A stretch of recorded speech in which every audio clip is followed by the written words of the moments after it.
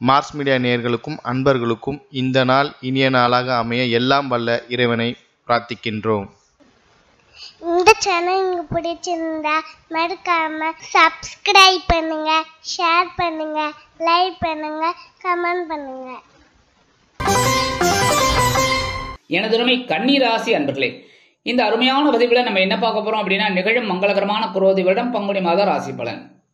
இந்த பங்குனி மாதம் உங்களுக்கு எந்தெந்த கிரகங்கள் ஃபேவரபிளா இருக்கு, எந்தெந்த கிரகங்கள் அப்படி எப்படி உங்களுக்கு கண்ணாமூச்சி காட்டுறது, அதெல்லாம் பார்த்து நீங்க எப்படி கரெக்டா இருக்கணும், அடுத்தபடியா பரிகாரம் என்ன பண்ணினா ரொம்ப விசேஷம் அப்படிங்கறத பத்திலாம் நம்ம இப்ப தெளிவா பார்க்க போறோம். ஃபர்ஸ்ட் ஆஃப் ஆல், உங்களோட விரையாதிபதி சூரிய பகவான் கலத்திரஸ்தானமாகிய 7ஆம் இடத்துல இருக்க.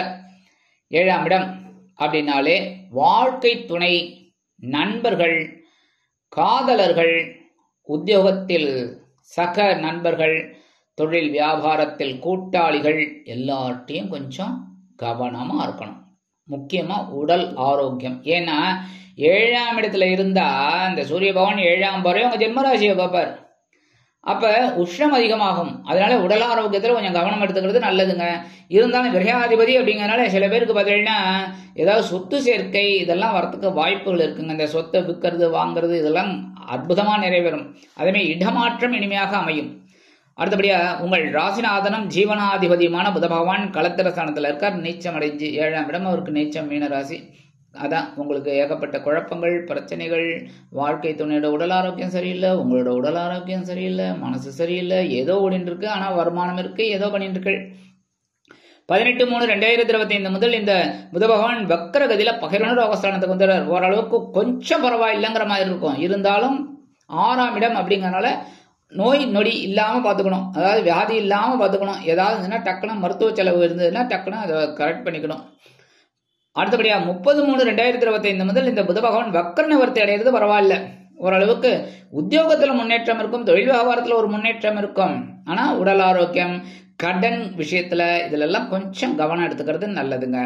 10/4/2025 முதல் இந்த புத பகவான் மறுபடியும் நீச்சம் அடைந்து கலத்திரஸ்தானத்துக்கு வந்துடுவார். கலத்திரம்னாலே நீச்சம், அந்த இடத்துல அவருக்கு 7ஆம் இடம் அவருக்கு நீச்சம். ஸோ நீச்சம் அடைகிறதுனால நீங்க மறுபடியும் எல்லா விஷயத்திலையும் கொஞ்சம் கவனமா இருக்கணும். முக்கியமா வாழ்க்கை துணையோட உடல் ஆரோக்கியத்துல, வாழ்க்கை துணை வழி உறவினர்கள்ட்ட அனாவசியமான தர்க்கம்லாம் வச்சுக்கப்படாது. அடுத்தபடியா 2/9 குடை அதிபதி சுக்கிர பகவான். இந்த சுக்கிர பகவான் உங்களுக்கு நிஜமாவே சூப்பர். ஏன்னா இவர் தனவாக்கு குடும்பஸ்தானாதிபதி, பாக்கியாதிபதி. அவர் எங்க இருக்காருன்னு பாத்தீங்கன்னா அவரும் 7ஆம் இடத்துல இருக்கார். உச்சமான வக்ரம். உச்சமடைந்த சுக்கிர பகவான் பரவாயில்ல, ஆனா 7ஆம் இடம் அப்படிங்கும் போதே நீங்க கொஞ்சம் கவனமா இருக்கணும். ஆனாலும் இந்த சுக்கிர பகவானோட பார்வை ஓரளவுக்கு உங்களுக்கு அப்படியே ஒரு தெளிவை கொடுக்கறது. ஆனா வக்ரகதியில இருக்கார். கொஞ்சம் எல்லாத்துலயும் கொஞ்சம் தன வரவு பாத்தீங்கன்னா டைட்டா இருக்கும். தந்தையார் வழி உறவினர்கள் அவங்கெல்லாம் கொஞ்சம் முறுக்கிக்கிட்டு திரிவாங்க.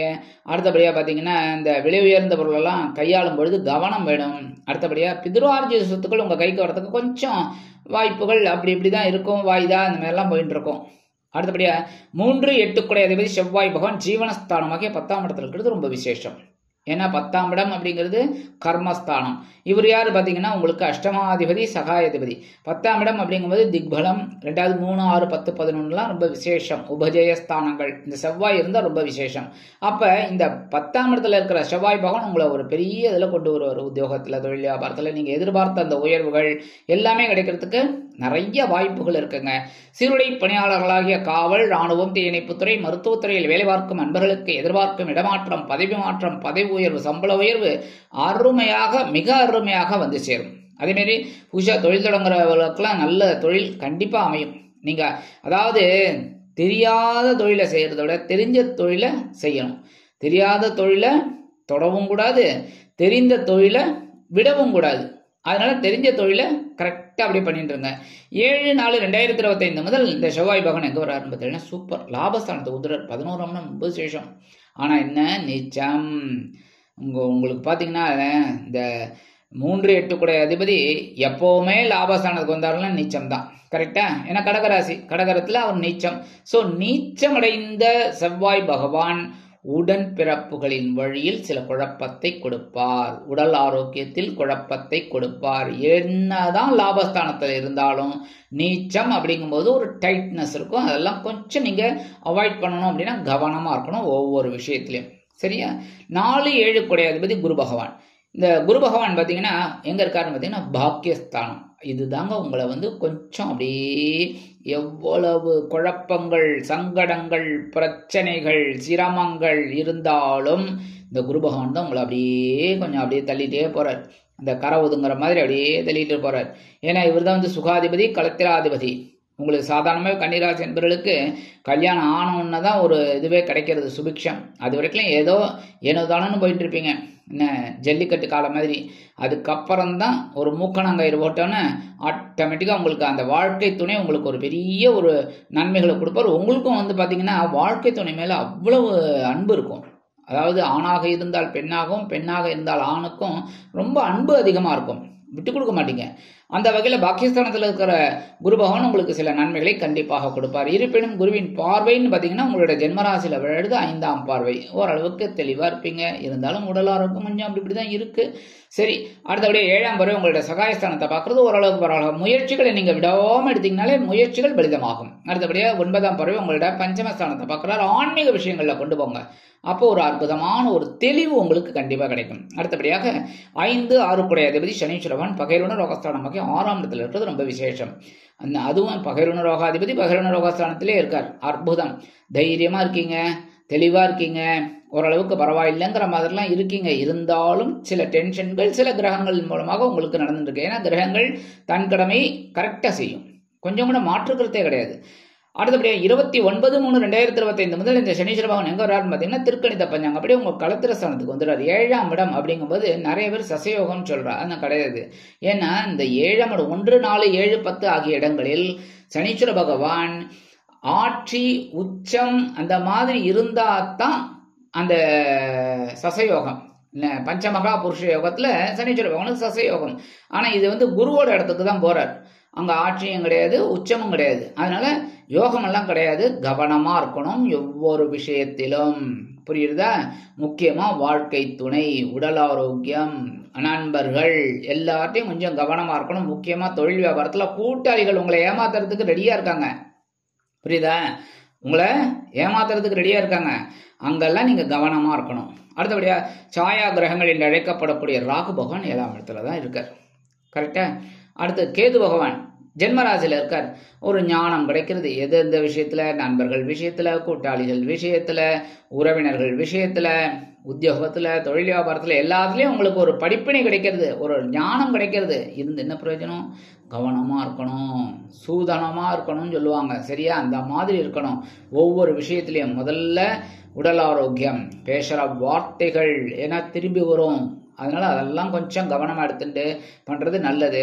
இருந்தாலும் இந்த வெளிநாட்டுக்கு போய் படிக்கணும், உத்தியோகம் பார்க்கணும், இல்லை வெளியூர் போய் படிக்கணும், ஹாஸ்டல்ல தங்கி படிக்கணும், உத்தியோகம் பார்க்கணும்னு நினைக்கிறவாளுக்கெல்லாம் இந்த விநாயகரையும் துர்க்கையும் வழிபாடு பண்ணிட்டு முயற்சிகளை மேற்கொள்ளுங்க. கொஞ்சம் தடை தாமதங்கள் இருந்தாலும் கடைசியில உங்களுக்கு அற்புதமாக நிறைவேறும். சரி, பரிகாரமா என்ன பண்ணினா ரொம்ப விசேஷம். முருகப்பெருமான் வழிபாடு கண்டிப்பா பண்ணணும்.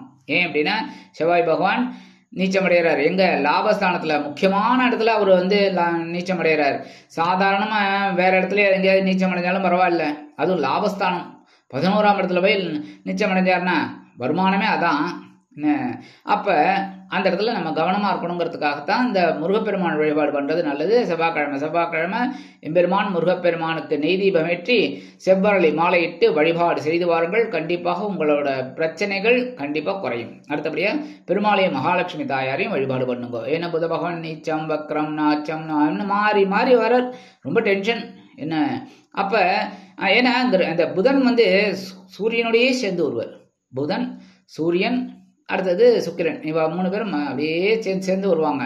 அப்ப உங்க ஜாதகம் கரெக்டா இருக்குன்னா அதான் கரெக்டா. இப்ப ஒண்ணும் இல்ல, இப்ப சூரியனை ஒட்டி புதனும் சுக்கிரனும் இருந்தது முன்னாடி, இல்லைன்னா பக்கத்துல கட்டம் அந்த கட்டத்துல இருந்ததுன்னா ஓகே, ஜாதகம் சூப்பர். இல்ல இந்த சாதாரணமா எழுதுவாங்க பாருங்க, பொய் கணக்கு எழுதுற மாதிரி பொய் ஜாதகம் போடுவாங்க பாருங்க. அது எப்படின்னா ஒரு 4 கட்டம் தள்ளி புத பகவான் இருக்கார், 5 கட்டம் தள்ளி சுக்கிர பகவான் இருக்கார், அதெல்லாம் வந்து ஒர்க் அவுட் ஆகாது. ஏன்னா வான்வெளியிலேயே பாத்தீங்கன்னா சூரியனை ஒட்டி தான் இந்த புதன் சுக்கிரன் அப்படியே சஞ்சாரம் இருந்துட்டே இருக்கும், சரியா?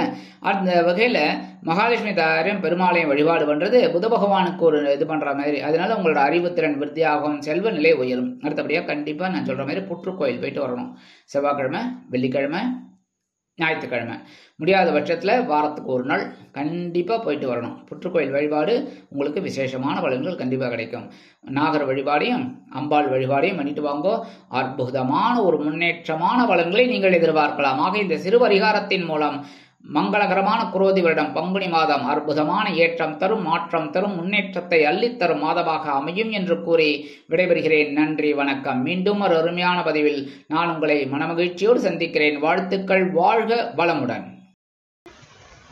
இந்த சேனல் உங்களுக்கு பிடிச்சிருந்தா மறக்காம சப்ஸ்கிரைப் பண்ணுங்க, லைக் பண்ணுங்க, ஷேர் பண்ணுங்க.